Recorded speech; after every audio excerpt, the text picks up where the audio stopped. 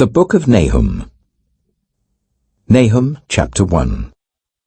A prophecy concerning Nineveh. The book of the vision of Nahum, the Elkoshite.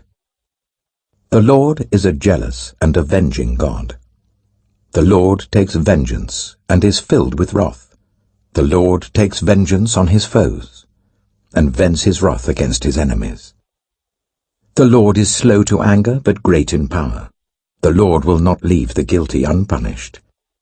His way is in the whirlwind and the storm, and clouds are the dust of his feet.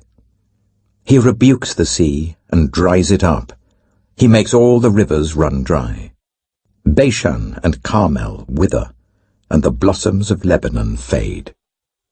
The mountains quake before him, and the hills melt away. The earth trembles at his presence, the world and all who live in it. Who can withstand his indignation? Who can endure his fierce anger? His wrath is poured out like fire. The rocks are shattered before him. The Lord is good, a refuge in times of trouble. He cares for those who trust in him. But with an overwhelming flood, he will make an end of Nineveh. He will pursue his foes into the realm of darkness. Whatever they plot against the Lord, he will bring to an end. Trouble will not come a second time. They will be entangled among thorns and drunk from their wine. They will be consumed like dry stubble. From you, Nineveh, has one come forth who plots evil against the Lord and devises wicked plans. This is what the Lord says. Although they have allies and are numerous, they will be destroyed and pass away. Although I have afflicted you, Judah, I will afflict you no more. Now I will break their yoke from your neck and tear your shackles away. The Lord has given a command concerning you, Nineveh. You will have no descendants to bear your name. I will destroy the images and idols that are in the temple of your gods. I will prepare your grave, for you are vile. Look, there on the mountains, the feet of one who brings good news, who proclaims peace. Celebrate your festivals, Judah, and fulfill your vows. No more will the wicked invade you. They will be completely destroyed. Nahum chapter 2. An attacker advances against you, Nineveh. Guard the fortress, watch the road, brace yourselves, marshal all your strength. The Lord will restore the splendor of Jacob, like the splendor of Israel, though destroyers have laid them waste and have ruined their vines. The shields of the soldiers are red, the warriors are clad in scarlet. The metal on the chariots flashes, on the day they are made ready. The spears of juniper are brandished. The chariots storm through the streets, rushing back and forth through the squares. They look like flaming torches, they dart about like lightning. Nineveh summons her picked troops, yet they stumble on their way. They dash to the city wall. The protective shield is put in place. The river gates are thrown open, and the palace collapses. It is decreed that Nineveh be exiled and carried away. Her female slaves moan like doves and beat on their breasts. Nineveh is like a pool whose water is draining away. Stop, stop, they cry, but no one turns back. Plunder the silver, plunder the gold, the supply is endless, the wealth from all its treasures. She is pillaged, plundered, stripped. Hearts melt, knees give way, bodies tremble, every face grows pale. Where now is the lion's den, the place where they fed their young, where the lion and lioness went, and the cubs, with nothing to fear? The lion killed enough for his cubs and strangled the prey for his mate, filling his lairs with the kill and his dens with the prey. I am against you, declares the Lord Almighty. I will burn up your chariots in smoke, and the sword will devour your young lions.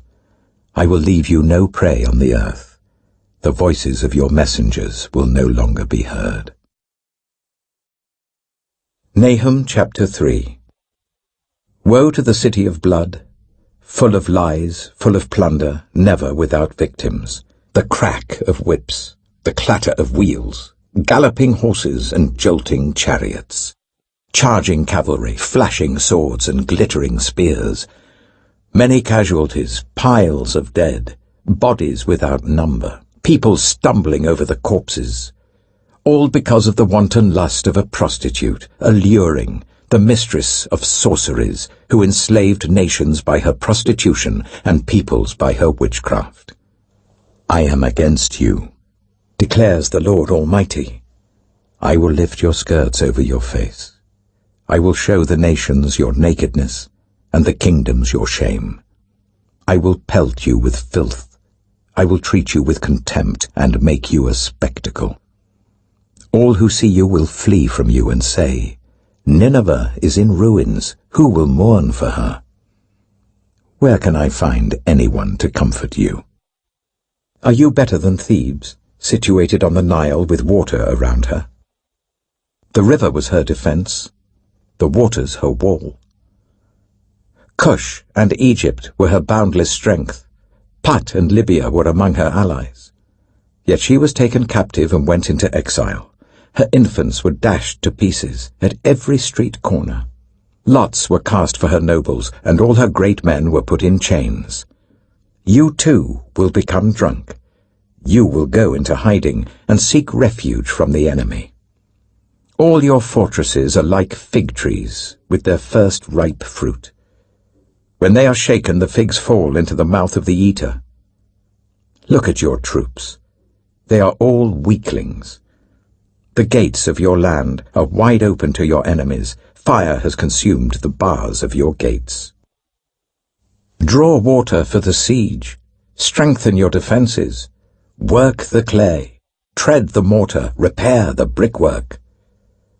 There the fire will consume you. The sword will cut you down, and it will devour you like a swarm of locusts. Multiply like grasshoppers. Multiply like locusts. You have increased the number of your merchants, till they are more numerous than the stars in the sky. But like locusts, they strip the land and then fly away. Your guards are like locusts, your officials like swarms of locusts that settle in the walls on a cold day. But when the sun appears, they fly away, and no one knows where. King of Assyria, your shepherds slumber, your nobles lie down to rest. Your people are scattered on the mountains with no one to gather them. Nothing can heal you. Your wound is fatal. All who hear the news about you clap their hands at your fall. For who has not felt your endless cruelty?